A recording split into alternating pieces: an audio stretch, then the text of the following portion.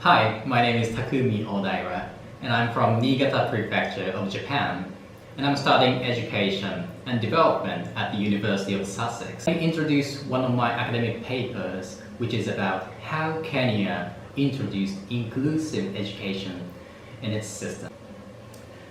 This topic is hugely important for the academic discussion of education, especially for children with disabilities. Over the several decades, we have been trying to educate all learners regardless of their disability status. And to this end, inclusive education has now become a guiding principle to educate all learners as seen in Sustainable Development Goals.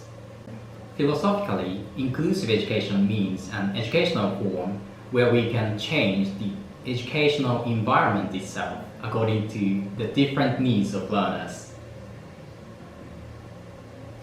However, when this is implemented, the meaning of inclusive education varies.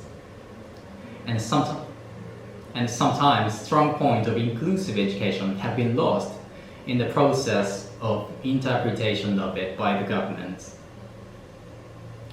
This is why it's important to track how and why this happens, and this is the main topic of my paper.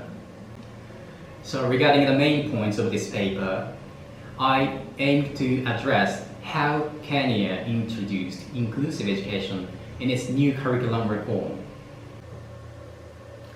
For example, Kenya has incorporated inclusive education in its new curriculum, but in reality, what they're doing is how they're educated is based on the classification system of impairment, where a group of learners can get educated in mainstream schools, whilst others cannot. In their new economic development plan, their focus is too much on those who can get educated in mainstream school. So they tend to ignore the rest of them. So from what Kenya has experienced, we can learn that we have to incorporate the very notion of inclusive education. We have to try to harmonize the very notion of inclusive education and what Kenya has in their context.